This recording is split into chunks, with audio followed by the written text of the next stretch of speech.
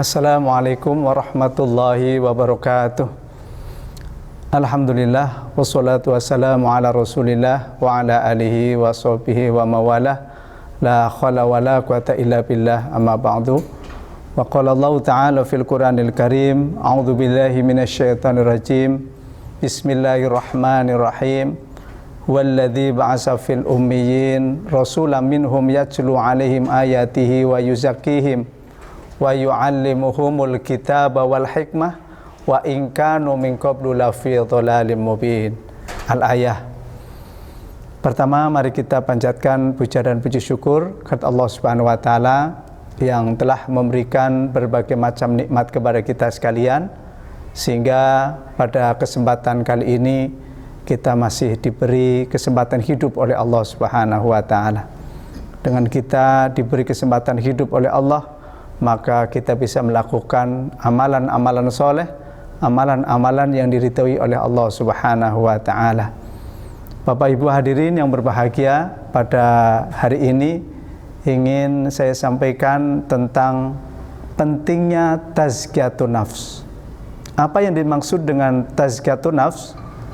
Tazkiyatun nafs ya, terdiri dari dua kata.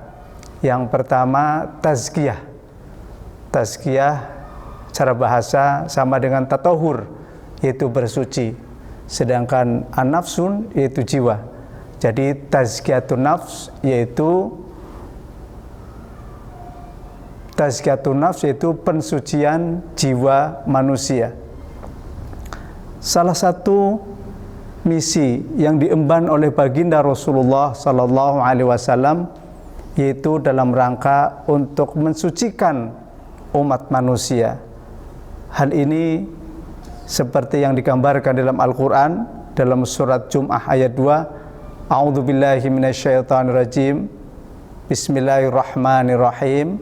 Huwallazi ba'asa fil ummiyyin rasulan minhum yatlu 'alaihim ayatihi wa yuzakkihim wa yu'allimuhumul kitaba wal hikmah wa in kanu min qablu lafi dhalalim mubin.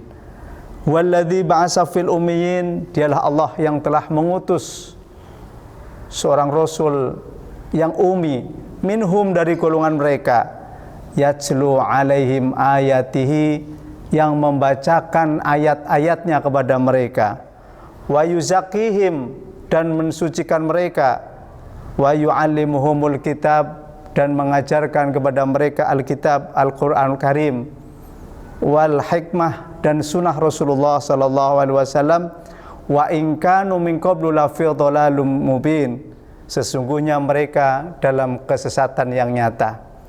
Di dalam ayat ini kita bisa melihat ada kata-kata wa yuzakkihim. Apa yang dimaksud dengan wa yuzakkihim? Wa yuzakkihim yaitu mensucikan jiwa mereka. Jadi baginda Rasulullah sallallahu alaihi wasallam diutus oleh Allah Subhanahu wa taala di samping membacakan ayat-ayat Al-Quran, dan yang kedua diantaranya adalah wa yuzakkihim, mensucikan jiwa-jiwa mereka. Kita melihat bagaimana jiwa-jiwa mereka para sahabat sebelum mereka belum masuk Islam. Mereka dalam dzulumat, mereka dalam kekotoran, mereka dalam keadaan kemusyrikan. Tetapi setelah disibghah mereka masuk Islam, wa yuzakkihim, kemudian disucikan oleh Allah Subhanahu wa taala. Ma'asyiral muslimin rahimakumullah, yang semoga dimuliakan oleh Allah Subhanahu wa taala. Dan bahkan semua ibadah-ibadah yang kita lakukan itu dalam rangka tazkiyatun nafs, yaitu pensucian jiwa manusia. Kita diperintahkan oleh Allah Subhanahu wa taala untuk berwudu. Wudu perintah dari Allah, sebagaimana perintah Allah Subhanahu wa taala dalam surat An-Nisa ayat 6, A'udzu billahi minasyaitonir rajim. Ya ayyuhalladzina amanu idza qumtum ilas shalah faghsilu wujuhakum wa aydiyakum ilal marafiq wamsahu bi ru'usikum wa arjulakum ilal ka'bain. Ya ayyuhalladzina amanu, wahai orang-orang yang beriman, idza qumtum ilas shalah, apabila hendak kalian menegakkan salat, faghsilu wujuhakum, maka basuhlah wajah kalian. Jadi yang pertama Allah memerintahkan kepada kita apabila kita ambil air wudu, yang pertama Allah menyuruh faghsilu wujuhakum, yaitu basuhlah wajah kalian. Mengapa kaum muslimin? Karena ternyata manusia banyak melakukan perbuatan dosa dan maksiat, itu tidak jauh dari wajah yang kita miliki ini. Yang pertama mata. Betapa banyak dosa dan maksiat yang sering kita lakukan dengan mata kita. Kita melihat sesuatu yang tidak diridhoi oleh Allah itu dengan mata. Kita membaca sesuatu yang mestinya kita harus tadarus Al-Quran, tapi banyak kita kemudian melihat sesuatu yang tidak dari Allah itu dengan mata. Betapa banyak dosa yang dilakukan oleh manusia. Oleh karena itu sebelum kita menghadap kepada Allah untuk melakukan sholat, maka kita diwajibkan oleh Allah Subhanahu wa ta'ala untuk mensucikan diri dengan cara yaitu ambil air wudu. Di ma'asyiral muslimin rahimakumullah yang semoga dimuliakan oleh Allah Subhanahu wa ta'ala, kita diperintahkan oleh Allah Subhanahu wa ta'ala untuk melakukan ibadah kepada Allah. Seluruh rangkaian ibadah yang diperintahkan oleh Allah Subhanahu wa ta'ala pasti mengandung tazkiyatun nafs, yaitu pensucian jiwa manusia.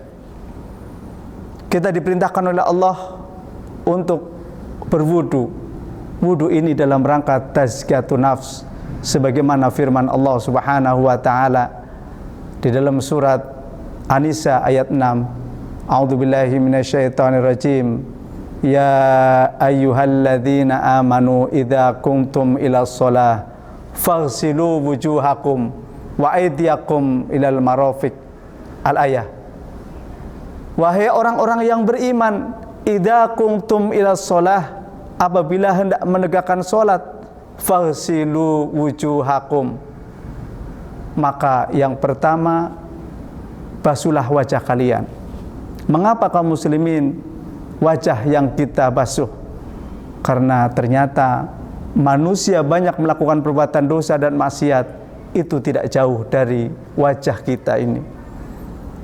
Kita memiliki mata, betapa banyak dosa dan maksiat yang dilakukan oleh mata kita. Kita semestinya melihat sesuatu yang diridhoi oleh Allah Subhanahu wa ta'ala, tapi ternyata kita melihat sesuatu yang dilarang oleh Allah Subhanahu wa ta'ala. Mestinya pandangan kita untuk membaca Al-Quran. Berapa banyak mata kita ini kemudian tidak digunakan untuk tadarus membaca Al-Quran. Yang kedua, mulut. Betapa banyak dosa dan maksiat yang dilakukan oleh mulut kita. Ngerasanin orang dengan mulut, menggunjing dengan mulut, menfitnah dengan mulut, mengadu domba dengan mulut. Betapa banyak dosa dan maksiat yang dilakukan oleh mulut kita.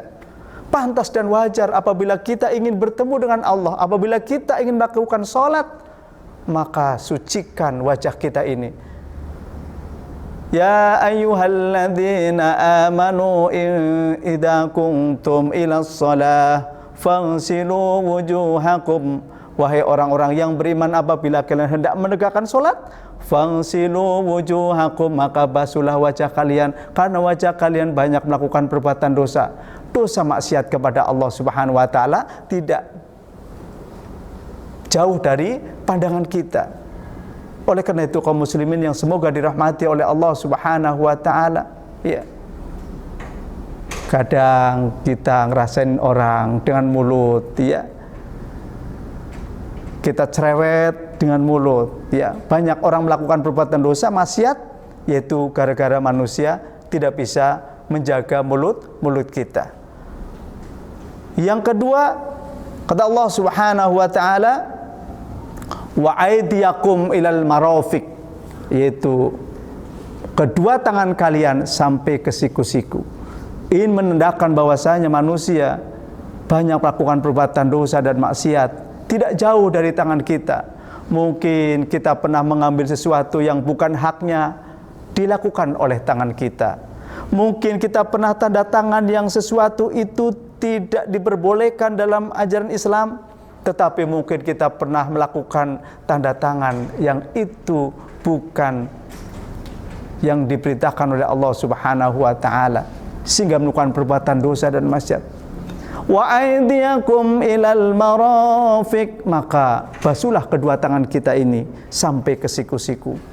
Kemudian yang ketiga, wamsahu bi ru'usikum, basuhlah sebagian kepala kita. Di dalam kepala ini ada akal, ada otak.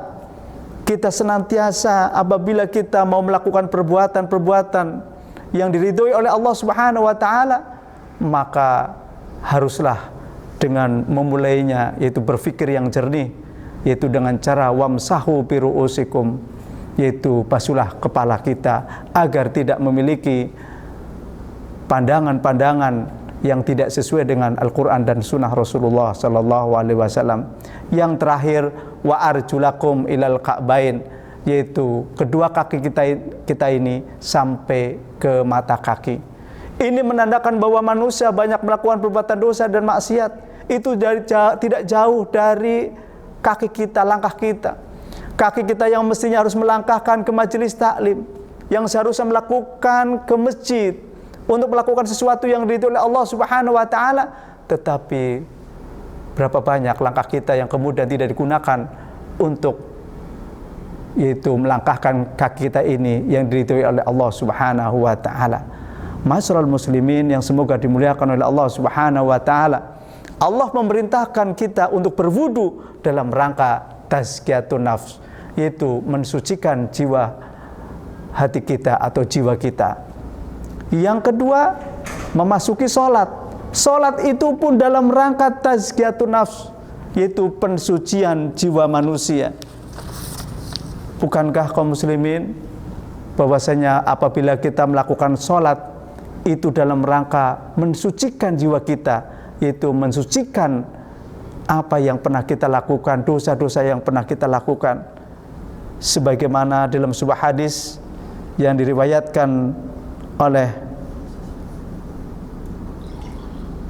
muttafaqun alaih, di mana Abu Hurairah radhiyallahu an berkata, saya telah mendengar Rasulullah sallallahu alaihi wasallam bersabda, bagaimana pendapat kalian kalau di salah satu rumah kalian ada sungai, kemudian kalian mandi sehari semalam 5 kali?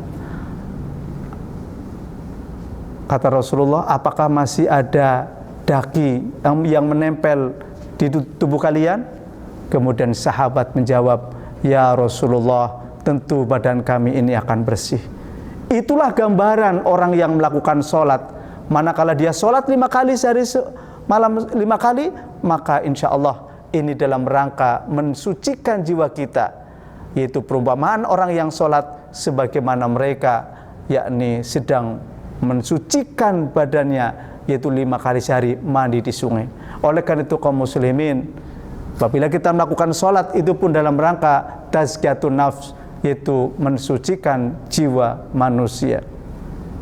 Yang ketiga, zakat. Zakat apalagi? Zakat itu sama dengan pembersihan, membersihkan jiwa kita. Ada zakat fitrah, berarti membersihkan jiwa kita. Oleh karena itu kaum muslimin, mari kita tingkatkan di bulan suci Ramadan ini, ya. Ramadan itu pun dalam rangka untuk mensucikan jiwa kita ini. Insya Allah apabila kita melakukan ibadah puasa ini benar-benar karena iman dan hanya mengharap ridha Allah Subhanahu wa taala, maka insya Allah kita akan mendapatkan ampunan, akan mendapatkan pahala dari Allah Subhanahu wa taala. Barangkali ini yang dapat kami sampaikan, mudah-mudahan ada manfaatnya. Kurang lebihnya mohon dimaafkan. Wassalamualaikum warahmatullahi wabarakatuh.